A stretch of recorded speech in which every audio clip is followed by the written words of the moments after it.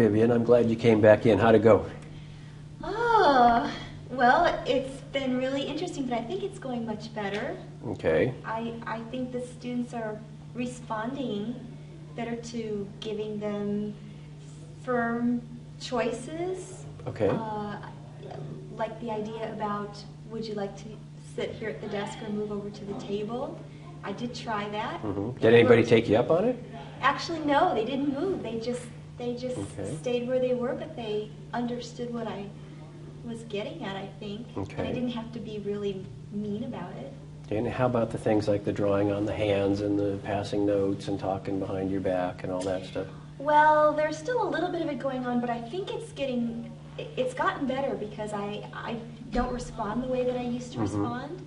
And instead I'm walking back there and asking some of the questions that you suggested. Okay. And I think they've gotten the message without my having to send them to the vice principal's office. Okay. So I haven't had to do that. Okay, so you got to that line of defense. Do we want to talk about the next line of defense? Yeah, I think maybe we should.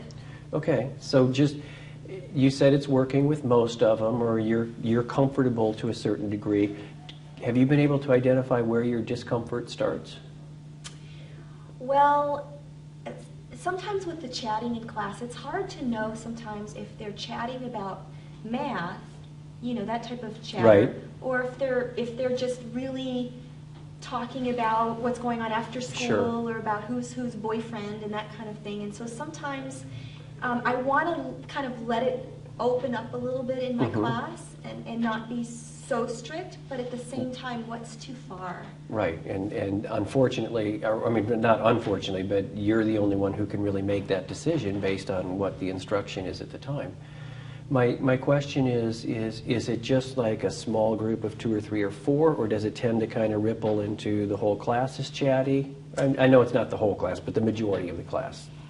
Gosh, and I know you're right that it's not the whole class, but sometimes that's the way it feels. Right, right. So how do you deal with that then? Well, they seem to collectively get into trouble then, because it's hard to specify. Okay, so when you say collectively get into trouble, what does that mean? That means I'll address the entire class instead of 1 or 2 people. Okay, and what do you mean by you address the whole class? I mean, I'll tell them the whole class is too noisy and you all need to settle down. Okay. If we could flip that to a question, what question would you ask them? I would ask them, do you think this is appropriate behavior? Okay. For this moment of what we're trying to do? Okay. Now, may I say both of those back to you so you can hear them? Do you think this is appropriate? Do you think this is appropriate for what we're being expected to do? Okay. Do either of those sound okay to you, or you still want to refine a little bit more? I think I would refine it a little bit, because it seems like I'm asking a question there's only one answer to, and the answer is no, it's absolutely not appropriate, okay, and we need to cut it out. Okay. And again, let's just brainstorm for a second, but what if you said something like, if you're chatting about the math, it's okay, just a little softer. If you're not, would you please refocus? Or would you please come back to what we're doing, or something? Does any of that, can you put that into your words so that it would work for you? Sure. If you're working on the math problem on the board together, I love it when you collaborate with each other. Okay. If you're not working on the math problem, if you're talking about something else, could you please get back to the question? Okay. This is a great question for you to know how to do, and it's something that you might see again, maybe on the quiz tomorrow, or that kind of thing. Okay. Does that feel comfortable to you? Maybe a little wordy, but yeah, I think. Yeah, it sounded a little cheerleading at the end, but you know, but that's okay. Okay. I mean, everything isn't going to be perfect, and you need to know, I mean, you just need to experiment. Does the class at this particular time need a little, and I call it cheerleading only because you could see your enthusiasm coming out. You were showing them the importance of why this problem is important to them. So if you can do that without it becoming preachy, then it's probably going to work pretty good. Yeah. But I guess the question is, behind both the questions that we've talked about last time we had the conference and today, do you think you're asking the kids to do anything that's not reasonable? No, I think I'm the teacher, and I think it's really reasonable that they work on the problems we have on the board, that they stay on task. Okay. And there's another question you can ask the students. Do you think it's reasonable that you should be able to stop 26 other kids from learning? Right. Now that would be much more firm and much more direct, and you probably don't really want to do that in front of people if you can help it, but it's another question for your repertoire.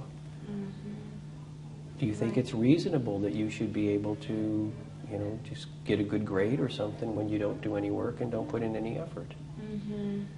Or do you think it's reasonable to be talking while I'm talking? And one of the other things I'd like to talk to you down the road with again, I mean, not in 2 days this time, but down the road, is involving the students in some of these discussions. And I know we get into the test scores and everything else and the minutes and everything, but sometimes taking 5 minutes and just saying, let's talk about what's going right with this class and what we'd like to change. But you would have to be in a really strong position that day.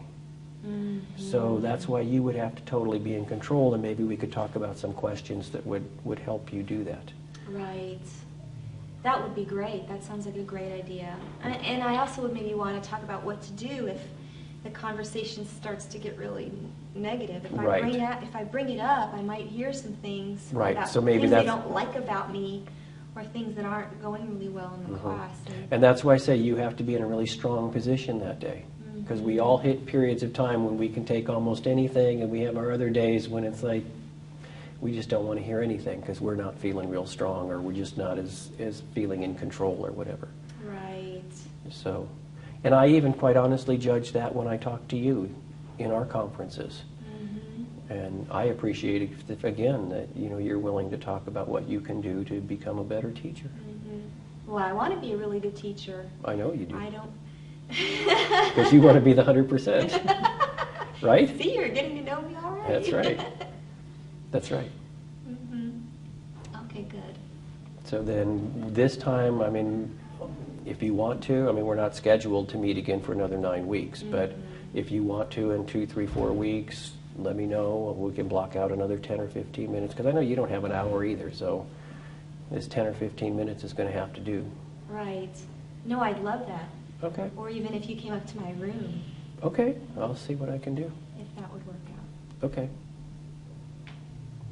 We'll do that. Thank you.